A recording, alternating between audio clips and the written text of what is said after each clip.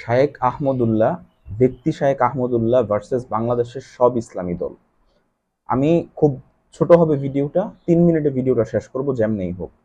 বাংলাদেশ বড় বড় যত ইসলামী দল আছে যারা ইসলামের নামে রাজনীতি করে এবং সমাজে নিজেদেরকে আলেমোলামা বা ইসলামের একটা আপনার কি বলে, ইসলামের একদম তারা অনেক কিছু ইসলামের জন্য তারা জীবন মরণ দিতে প্রস্তুত, এরকম কিছু দল এবং শায়েখ আহমদুল্লাহকে নিয়ে কিছু কথা বলছি।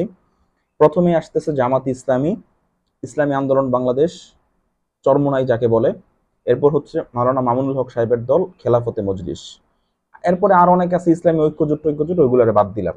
হাতে গোনা 3টা দল আর ভার্সেস শায়েখ আহমদুল্লাহ। দেখুন, জামাতি ইসলামী অনেক কাজ করে, এখানে কোনো ডাউট নেই। জামাত ইসলামী কাজ করার তরিকা পদ্ধতি ভিন্ন, এটা আমরা সকলেই জানি যারা একটু জ্ঞান বুদ্ধি সম্পন্ন মানুষ। কিন্তু জামাতি ইসলামের যে কাজ আছে, জামাতি ইসলামী একটা বড় সংগঠন হিসেবে যে পরিমাণ কাজ করে তার চেয়ে আরো অনেক কোটি গুণ বেশি তাদের কাজ করা উচিত। জামাত ইসলামীর টপিক এখানে শেষ করলাম। এরপরে আসেন ইসলামী আন্দোলন।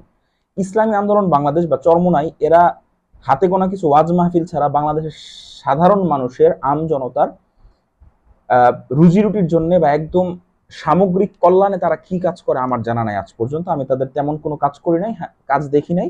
হ্যাঁ, আপনার তাদের কাজ দেখেছি বিভিন্ন বন্যা, এই বিশেষ করে এই বন্যাতে, 24 সালে যে বন্যা, এই বন্যাতে তাদের কিছু অ্যাক্টিভিটি দেখেছি, এর বেশি তেমন কিছু দেখি নাই। আর মাঝে মধ্যে বিভিন্ন জায়গায় হয়তো বা তাদের কিছু কর্মী, সেটাও ব্যক্তিগতভাবে তারা কিছু কাজ করে থাকে। আইনুদ্দিন আল আজাদের যে 2 ছেলে আছে, সেই ছেলের দায়িত্ব বা তার বাবা এবং ভাই, বৃদ্ধ বাবা এবং তার ভাইয়ের দায়িত্ব ইসলামী আন্দোলন বাংলাদেশ ঠিক মতো নিতে পারে নাই।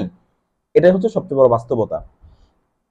তো অন দি আদার হ্যান্ড, যদি আপনি শায়েখ আহমদুল্লাহ সাহেবের একজন ব্যক্তি হিসেবে শায়েখ আহমদুল্লাহ সাহেব যে কাজগুলো করে যাচ্ছে, এটা বাংলাদেশের সকল ইসলামী দল বলেন, ইসলামী সমমনা যেসব যুবক আছেন তাদের জন্য একটা দৃষ্টান্ত হয়ে থাকবে। কারণ হচ্ছে এটা কখনোই বেশি বলা হবে না। দেখুন, শায়েখ আহমদুল্লাহ একজন ব্যক্তি, তিনি একজন ব্যক্তি হয়ে যেভাবে মেহনত করে কোনো ধরনের কোনো আপনার হচ্ছে যেই ধরনের সমস্যাগুলো বাংলাদেশে চলে, কাদা ছোড়াছুড়ি এবং বিভিন্ন ধরনের সমস্যা, এগুলোতে না পড়ে তিনি যেভাবে কাজ করে গেছেন, এটা বাংলাদেশের মানুষের জন্য অত্যন্ত গুরুত্বপূর্ণ। কারণ বাংলাদেশের বেশিরভাগ মানুষ এখনো হচ্ছে 80% মানুষ গরিব, তারা আন্ডার প্রভার্টি বা দরিদ্রতা সীমার নিচে বসবাস করে। তাদের জন্য সর্বপ্রথম হচ্ছে রুজি রুটি একটা বিশাল বড় ম্যাটার।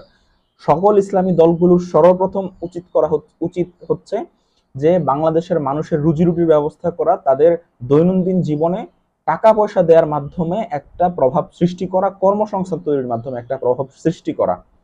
শায়েখ আহমদুল্লাহ থেকে এই জিনিসটা শেখার অনেক বেশি প্রয়োজন। ভালো থাকবেন। আসসালামু আলাইকুম।